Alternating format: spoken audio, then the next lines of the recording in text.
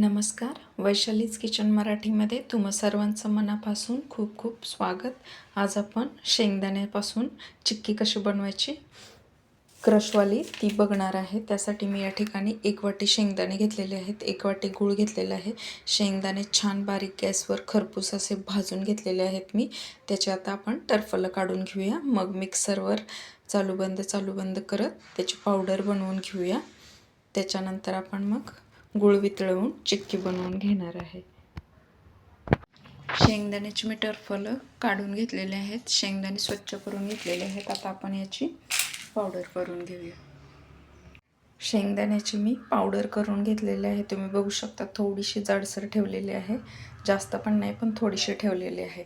प्लेटला तूप लावून घेतलेलं आहे. कढई गरम करण्यासाठी ठेवलेली आहे.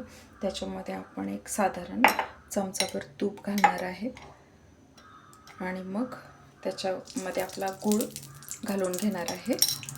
मग गूळ वितळवून घेणार आहे.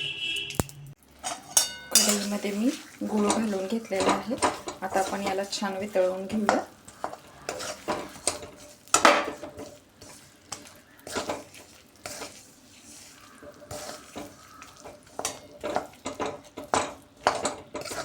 सगळा गूळ आपला छान वितळला की आपण त्याच्यामध्ये शेंगदाण्याची पावडर करून घेतली ती घालून घेणार आहे. गूळ आपला जास्त पण कडक नाही वितळवू द्यायचा.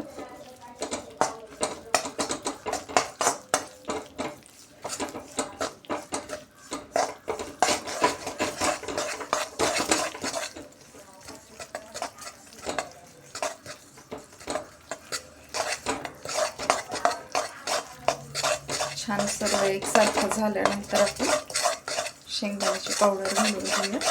त्याच्यामध्ये तुम्ही वेलचीची पावडर सुद्धा घालू शकता चवीसाठी. डेकोरेशनसाठी काजू बदामचे काप घालायचे असतील तरीही तुम्ही घालू शकता. मी आता प्लेन बनवणार आहे, काहीच वापरणार नाही. गूळ आणि शेंगदाण्यापासूनच बनवणार आहे ही चिक्की.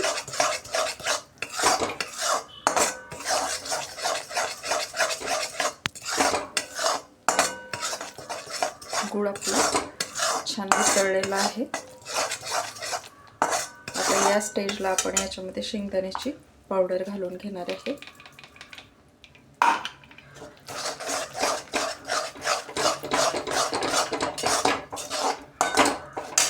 छान सर्व एकजीव करून घ्यायचं.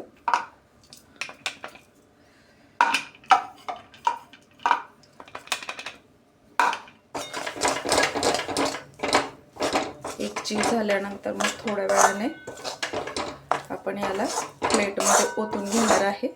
एका वाटीच्या बॅक साईडला मी तूप लावून घेतलेलं आहे, म्हणजे आपलं हे चिक्कीला आपण प्लेन शेप देऊ शकतो. म्हणून गरम गरमच ओतायचं हे आणि गरमच पसरवून द्यायचं, नाहीतर मग हे कडक होऊन जाईल मिश्रण. चला, छान मिक्स झालेलं आहे. कढईने मिश्रण पूर्ण सोडलं की आपण याला प्लेटमध्ये ओतून घेऊया.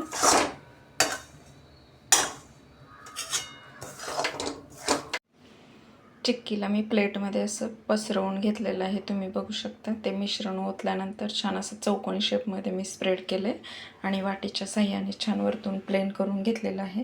तुम्ही बघू शकता आपल्या चिक्कीला छान ग्लो आला आहे. आता आपण याच्या वड्या पाडून ठेवूया आणि सेट होण्यासाठी ठेवून देऊया. या मिश्रणापासून मी जे प्लेटमध्ये काढून घेतलं होतं त्याच्या मी वड्या पाडून घेतलेल्या आहेत. तुम्ही बघू शकता. आता आपण सेट झाल्यानंतर या वड्या सेपरेट करून घेऊया. तोपर्यंत असंच याला थंड होऊन सेट करण्यासाठी ठेवून देऊया. की थंड झाल्यानंतर मी ताटामधून काढून घेतलेले आहे. तुम्ही बघू शकता एकदम अगदी लोणावळ्याची चिक्की मिळते ना क्रशवाली, तशीच एकदम जबरदस्त झालेली आहे. तर तुम्ही ही नक्की बनवून बघा घरच्या घरी. शेंगदाण्याची ही चिक्की रेसिपी आवडली असेल तर लाईक, शेअर, कमेंट आणि सबस्क्राईब करायला विसरू नका. सोबतच बेल आयकॉनही प्रेस करा, म्हणजे तुम्हाला माझ्या नवनवीन रेसिपीज बघायला मिळतील. तोपर्यंत खात राहा.